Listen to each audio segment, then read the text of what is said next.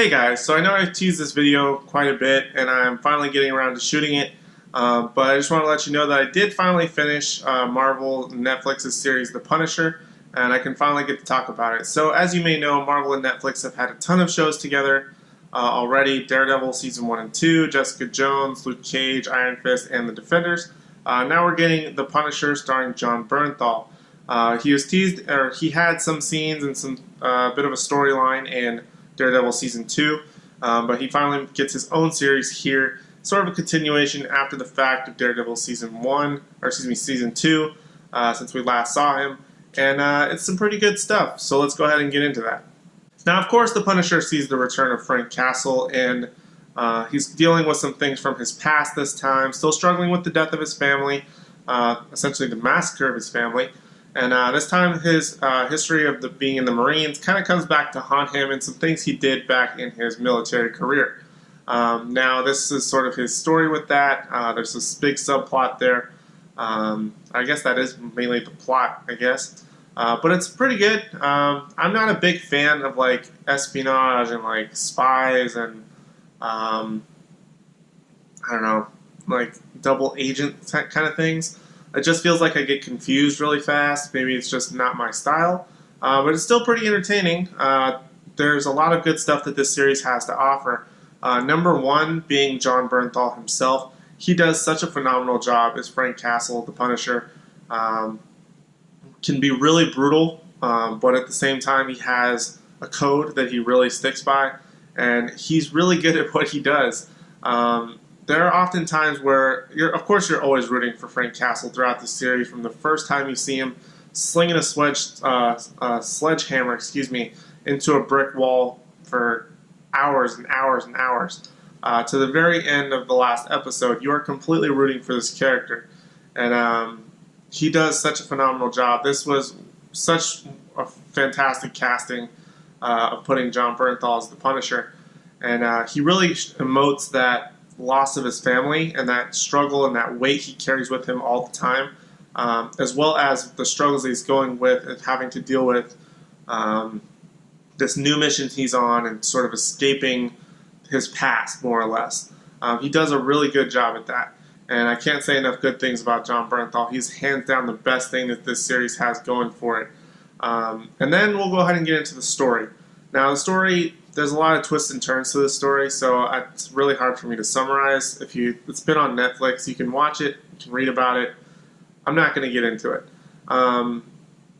But the story of this one really has a lot of twists and turns, which is great. It really delves deep, oftentimes, into the mindset, the struggles of military personnel coming back home. And there's a character that really struggles with that, and I don't want to say that I like that character, but I like sort of the arc and the real struggles he had to overcome. I really liked how the series exposed that sort of real-life drama, or not necessarily real-life drama, but how it can impact a person mentally. War can impact a person mentally.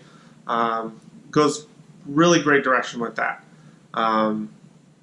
But the real story that I liked a lot was obviously Frank Castle, and sort of dealing with him escaping his past. Not necessarily escaping his past even, but more confronting his past.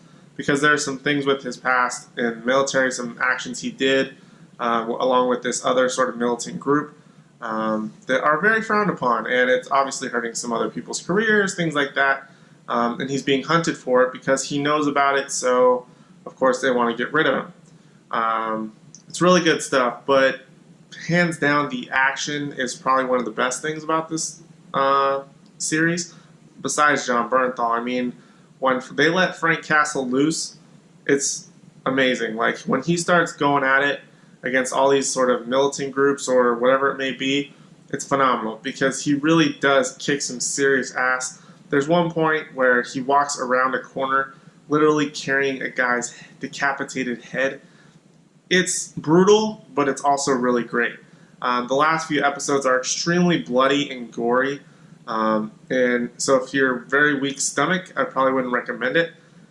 But it's really good stuff. Like, it's probably some of the best stuff I've seen, like, fight-wise, or really grounded fighting, or, you know, things like that that I've probably seen in a long time, and it definitely reflects very real life. Like, you'd never get the sense that, oh, okay, this is some character with some superpowers, he can obviously take care of the situation. No, they really emphasize that this is a normal guy with some serious problems, and they're going through some shit. And it's really, really captivating. A lot of the sub-characters, not as interesting as John Bernthal, but they do have some good plot lines with other characters. But the one that I liked the most outside of Frank Castle was probably Billy, even though he pissed me off most of the time. His relationship with Frank and their back and forth and what eventually happens between those two, also kind of brutal, but definitely worth watching it for. Let's see, what am I missing? Oh, the one thing that I really wanted to emphasize about this show that really captivated me a lot, it had an amazing amount of cliffhangers. This show was really, really good at building up the episode at the very end, having a lot of great sort of action set pieces, left you on asking a lot of questions, and then the episode ends. And you can't help but have to watch the next episode. They did a really good job at that. I love a good cliffhanger, and I'm glad this is a show you can binge watch, because I don't think it would work on a regular sort of cable television network where you have to wait a week.